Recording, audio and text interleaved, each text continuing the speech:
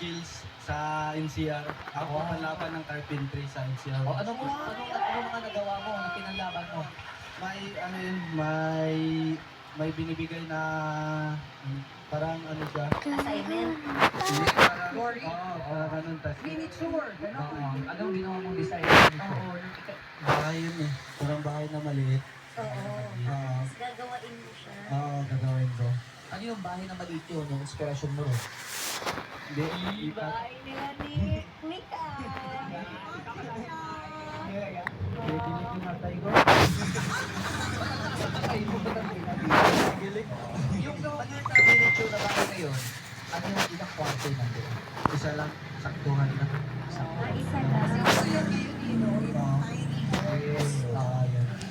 Pero mahirap yun kasi maliit eh. Tapos Oo. ang dami mong gagawin. Oo. Kapanglaban siya, so siya ang pinakamagaling. Ang husay ko. Saan ka lumaban, world? Sa award scale pa, ipalalaban ko po. Sa national na po ako ngayon. Pero ikaw yung nananalo sa national. Hindi sa ano pa yun, sa regional ata NCR. Nananalo ko. Uy, good luck ha. Dami. At salamat dahil may inspirasyon ka. Itayo mo ang bandila ng Pilipinas. Yes. Yes. Larangan ng ganyan. Lalo pa ang mga magulang mo at si Rita. Congrats, Dagor. Ayan, ganyan mo, Dagger, ha? Amazing ka talaga. Likon kayo ka, ha? Pagtarong ka, ay pabulag. Ano? Ano yun? Pabulag, huwag ka pasawan. Mukhang hindi naman